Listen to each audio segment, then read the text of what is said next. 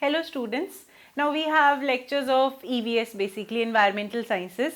We are going to study about what we are doing to the environment, what basically we are doing to the environment, the act of pollution that is being studied in this lesson. So we need to know what is pollution. You know, we often deal with many environmental hazards, environmental issues that are the topic of discussion nowadays.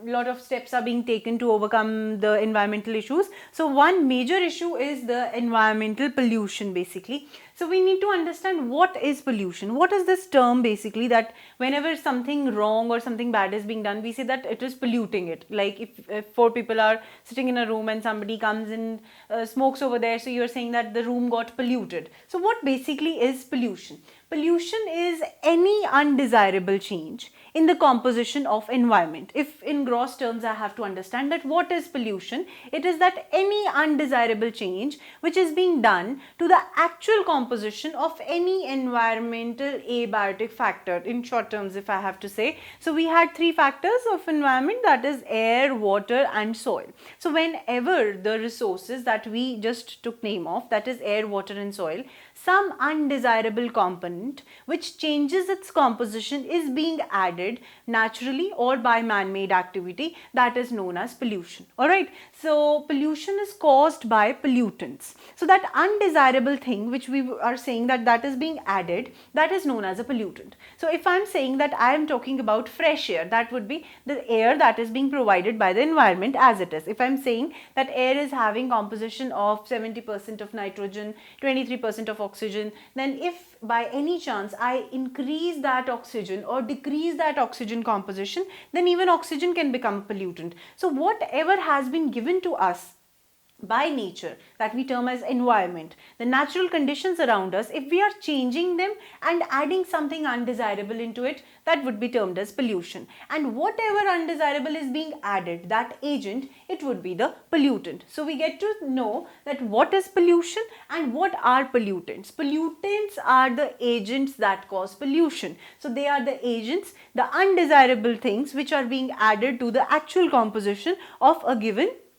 condition of some environmental entity. Consider it as air, consider it as water or soil. So I took three names, those would be the types of pollutions. Very simple. We have pollution as an activity. It could be man-made or it could be natural. Natural conditions can also change the actual composition of the things that we are discussing. The things which change the composition, they would be the pollutants. And what are the types of pollution?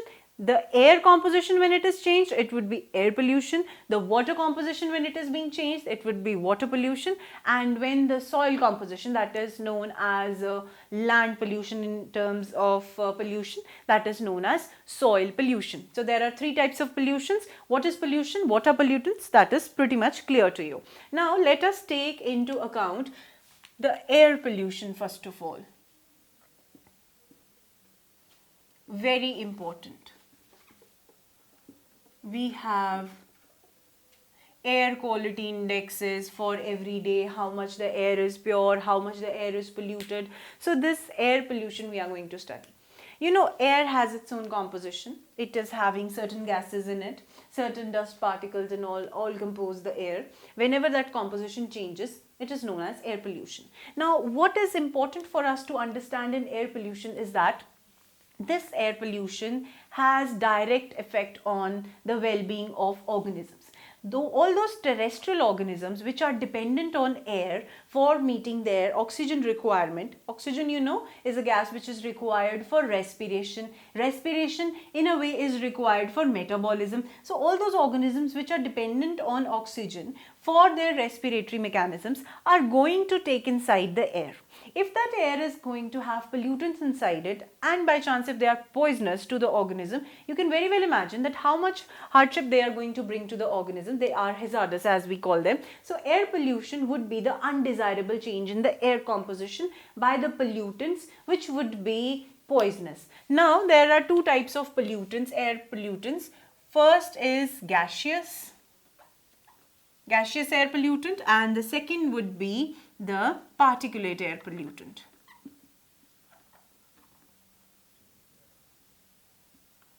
Alright. Whenever there is a lot of dust in the air that you are inhaling, you start sneezing. That is the particulate matter that is going inside your body, and your body is responding in a way by sneezing, by throwing it out in the way through the sneezing pattern mechanism. So that is the pollutant which is going inside you, which you're not supposed to take inside your lungs. So whenever there is some poisonous gas like sulfur dioxide or oxides of nitrogen, those gases are often poisonous if taken inside. If taken inside, I mean inhaled by the organisms, so that there would be gaseous pollutants which are changing the composition of air, which is not fit for breathing by the organisms, terrestrial organisms of course, and there would be particulate matter which you cannot avoid but take inside you while inhaling, and that would settle down in your body. All right, body means the lungs. It would settle down over there. You might have seen that advertisement on television that those who smoke, they have lot of tar inside their lungs. That tar they did not consume directly. It was the particulate matter that was present in the smoke that they had inhaled that settled down in their lungs. And then you see that scary ad where they are squeezing a sponge and saying that itna tar can make you very ill and rest things. Those are the particulate matters basically. So that is also a sort of pollution. So we have two types of pollutants. Is it clear? First one being the gaseous one, those gases which are poisonous for us, and then there is particulate matter which we need not to take inside it, but inside us, but because the matter is so small that we don't get to filter it clearly. Even our body's immune system, first line of defense, is not able to filter it. So those are the two types of pollutants. Now when we talk about gaseous pollutants, I told you oxides of sulfur, all right, oxides of nitrogen,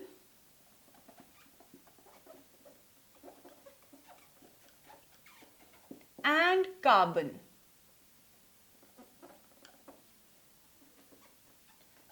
I have not written specific names over here just to make you understand that the oxides of sulfur would be poisonous, oxides of nitrogen would be poisonous, and oxides of carbon would be poisonous. Now let's take first one, most poisonous one, that is carbon monoxide.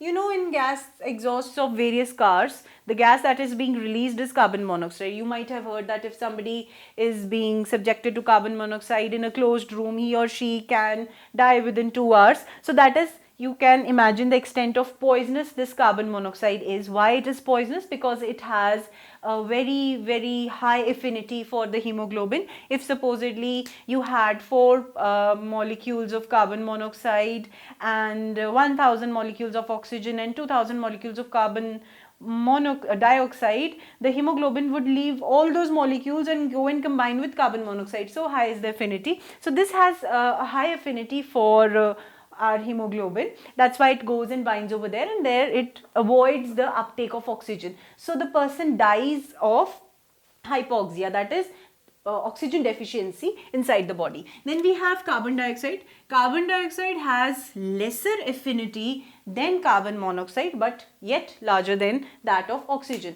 So we need oxygen, we need to take oxygen. More is the carbon dioxide content in the air, it is going to be problematic for the entire environment. We would see this carbon dioxide effect in terms of global warming and excess of heating. That is the one consequence of excess carbon dioxide in the air. That is why it is 0.03% only. So these two gases are gaseous pollutants if they exceed some number which exceeds their composition in the air. They would be acting as pollutants. Then we have sulfur dioxide and nitrogen oxides. These nitrogen oxides, when they are present in the air, they combine with water and cause acid rain. You might have heard about acid rain, that how it occurs when the air, atmosphere over the cities is polluted with nitrogen oxides that is being caused by burning of fossil fuels, and you cannot avoid it. Whenever the petrol or diesel are going to be burned, they are going to release these oxides and they would get into the atmosphere.